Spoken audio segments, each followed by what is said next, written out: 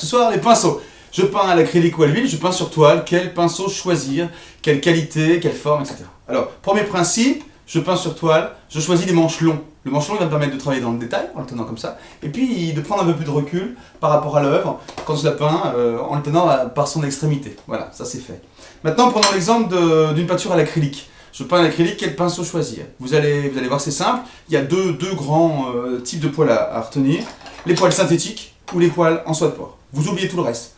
La martre, le petit gris, tout ça, vous laissez tomber à l'acrylique.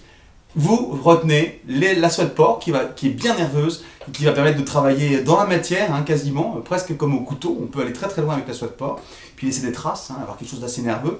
Ou les poils synthétiques, qui eux peuvent aller du poil très souple au poil très très nerveux, et qui vous permettent de bien bosser à l'acrylique.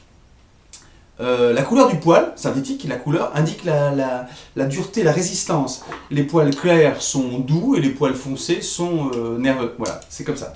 Maintenant, la forme. Quelle forme choisir en fonction de ce que j'ai envie de faire? Alors, jamais de démonstration, je vous rappelle ici, mais quelques indications quand même. Le premier principe, c'est ce qu'on appelle la brosse ronde, toute simple, c'est ce qu'on appelle nous le pinceau, classiquement, dans le détail, sans écraser, et puis en écrasant un peu plus d'épaisseur. Voilà, la première chose. Vous avez les brosses plates, ce qui s'appelle une brosse plate, c'est comme ça, c'est indiqué comme ça. Les aplats, les fonds, les choses, voilà, pas trop de fondu, pas trop de travail dans le truc, mais plutôt on emporte pas mal de matière, on la pose uniformément. La forme usée bombée, langue de chat ou usée bombée, qui reproduit mécaniquement l'ancienne usure naturelle du poil. Et là, on va pouvoir faire un peu plus d'estompe, un peu de nuance, un peu de fondu. C'est super intéressant, bien sûr. Et puis, j'oubliais l'éventail. J'oubliais pas, l'éventail. Donc, une forme pas facile à constituer, à fabriquer, mais qui est très très intéressante, qui fait beaucoup d'estompes, de fondu, qui fait aussi des décors naturels, des poils, du feuillage, des branchages, etc.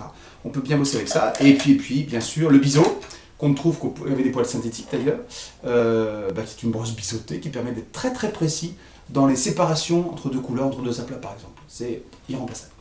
Voilà pour les formes, hyper rapidement bien sûr, comme d'habitude. Maintenant, je peins à l'huile.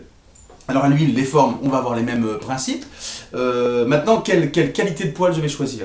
Vous pouvez travailler avec une infinité de pinceaux. Tous les pinceaux synthétiques s'appliquent à l'huile.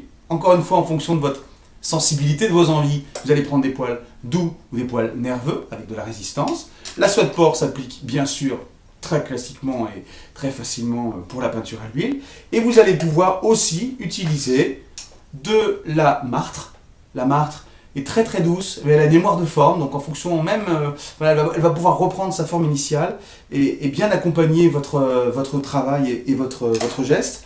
Vous avez aussi le kévrin qui réagit à peu près de la même manière, mais qui est un petit peu plus nerveux, qui a un peu plus de présence. Et puis on a aussi le blaireau. Alors le blaireau, pour l'estompe, c'est magique. C'est peut-être un détail, mais vraiment, on travaille perpendiculairement sur une toile pour estomper un nuage, un grain de peau, etc.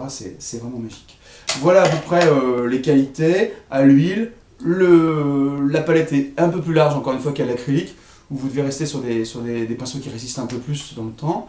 Retenez aussi, c'est pas très très aisé, facile et recommandé, de faire passer un pinceau d'une technique à l'autre. Restez plutôt avec vos pinceaux à l'acrylique et vos pinceaux à l'huile. Et puis voilà, une fois, bientôt, on va vous parler aussi de la manière de nettoyer parce que c'est un critère de longévité, c'est super important. Merci beaucoup, n'hésitez pas, posez-moi des petites questions, on y répondra.